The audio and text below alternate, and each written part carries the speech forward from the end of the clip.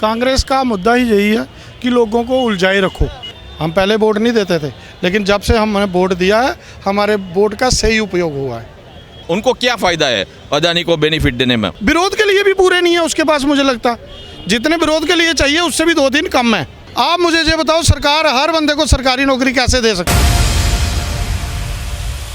देखो, मेरी फैमिली कांग्रेस को सपोर्ट करती है फ्रॉम लॉन्ग टाइम, बट मैं ये बिलीव नहीं करता कि जिसको मेरी फैमिली सपोर्ट करेगी या मैं भी उसी को ही करूँ।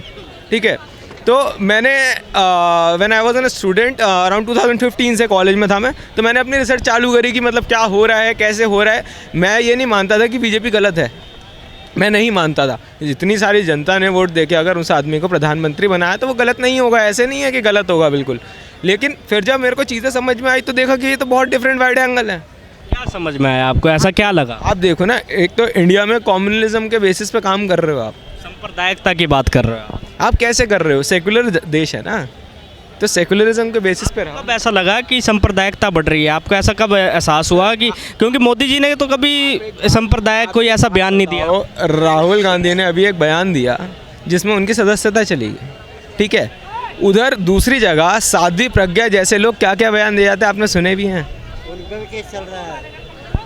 ये आपका कहना है कि एक तरफ साध्वी प्रज्ञा ठाकुर जो बयान देती है वो भी हेट स्पीच में आता है, कोर्ट उस पर कार्रवाई क्यों नहीं? मिश्रा ने बोला, अनुराग ठाकुर ने बोला, क्या हुआ उनके साथ? आप क्या देश में क्या माहौल बना रहे हो? आप देश का माहौल तो देखो कैसे सेट कर रहे हो, कैसे आपको ये देखो, आप मानो ना मानो, जनता ना अपने जो उनके लीडर्स होते हैं ना उनको बहुत सपोर्ट करती है, भले ही वो गलत हो लेकिन वो उनके पीछे खड़ी होती है। ठीक है, तो आप गलत वे में क्यों खड़ा कर रहे हो? आप सांप्रदायिकता की बात करते हैं तो लोग विकास गिनाने लग जाते हैं। क्या सिर्फ सांप्रदायिकता ही नहीं आई है, लोग देश में विकास हुआ है, रोड बने हैं, इंफ्रास्ट्रक्चर बने हैं। इंफ्रास्ट्रक्चर बनेगा नहीं क्या? वो तो प्रकृति का नियम है बदलाव वो तो होना ही है। लेकिन देखो अब 1947 में जैसे था, उनके साथ नेहरू जी ने जो काम किया, ठीक है, वो चलता रहा। उनके टाइम पर अलग अलग चीज़ें थी, इनके टाइम पर अलग अलग चीज़ें हैं।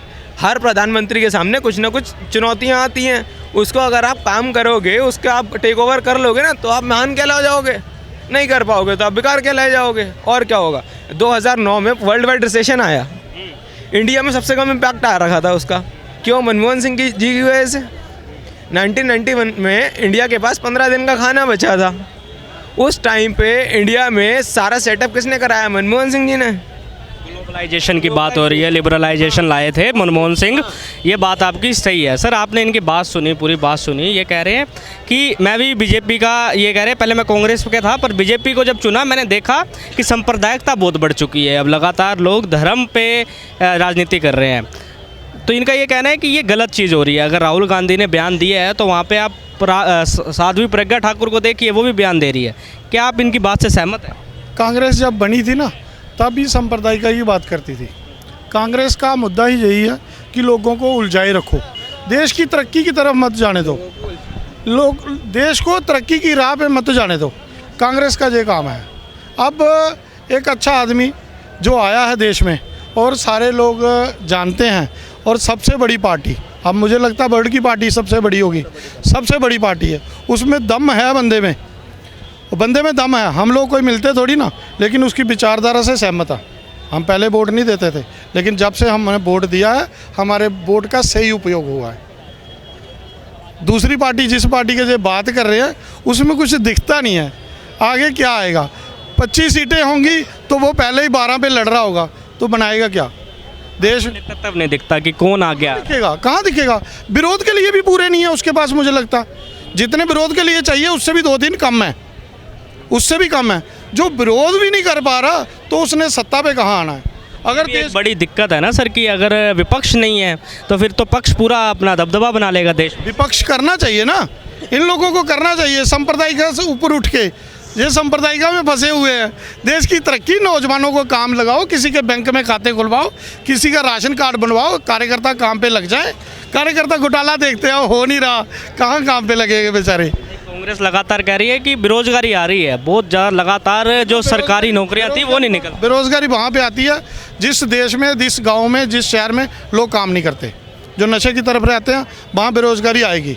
मैं जम्मू से आया हुआ हूँ, काम के सिलसिले में आया हूँ, सुबह पहुँचा हूँ, शाम को चांदनी चौक से इधर से लाल किला से बस पे बैठ के वापस आ जाऊँगा। अनएम्प्लॉयड हूँ, 32 लोगों को काम देता हूँ। एंटरप्रेनर हूँ, 32 लोगों को काम दे रहा हूँ। सरकारी नौकरियां, देखो सरकारी, आप मुझे ये बताओ, सरकार हर बंदे को सरकारी नौकरी कैसे दे सकती है? किस देश में सारे लोगों को नौकरी मिली हुई है? किसी भी देश में सारे लोगों को नौकरी नहीं मिल सकती।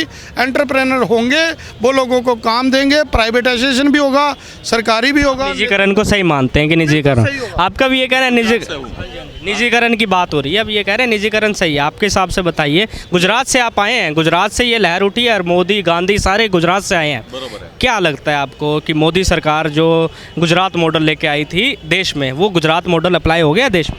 नहीं, अभी तो हुआ नहीं है, क्योंकि सब लोग एक साथ जो समझेंगे, सभी एक भाईचारा से रहेंगे, वो हिंदू मुस्लिम नात जात सब छोड़ना चाहिए। मेरा मानना ये है, सब लोग एक साथ में रहेंगे तो ही हमारा देश प्रगति करेगा। सबको मेहनत करनी पड़ेगी। ये मोदी जी की एक की खुद की जिम्मेदारी नहीं है, सब एक साथ में रहेंगे, मिलजुल के रहेंगे साथ तो तब रहेंगे ना कि सांप्रदायिक की राजनीति ना हो। भाई साहब तो कह रहे हैं कि जब मोदी सरकार जब से आई है सांप्रदायिकता बढ़ चुकी है, और इन्होंने कहा कि कांग्रेस की देन है सांप्रदायिकता। नहीं, उसमें क्या है, सांप्रदायिक ऐसी कोई है ही नहीं, मगर ये समझ नहीं रहे। सब लोग एक साथ समझेंगे।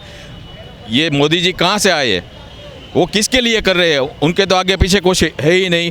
तो वे हमारे देश के लिए कर ले, तो देश के लिए करते, तो सब एक साथ तो मिलना ही पड़ेगा। जब एक साथ मिलेंगे तो ही तरक्की होगी, वरना एक दूसरे झगड़। गुजरात में ही देखो, जो दंगा फसाद हुआ, तो सब मोमेडियन भाई भी खुद बोल रहे हैं कि नहीं, हम लोग तो भाईचारे से रहे, ये किसी टिखड़ लोगों ने किया है। तो ये पॉलिटिक्स वाला पीछे से आके कुछ कर लेते हैं, तो ऐसा लोगों का नुकसान है। हाँ, तो दूसरे लोगों को, ये हिंदी मुसलमान है। आप गुजरात से आए हैं, अडानी भी गुजरात से आए हैं, और गुजरात से मोदी जी भी आए हैं। ये दोनों पूरे देश का विपक्ष है, वो इन दोनों को घेर के बैठा है।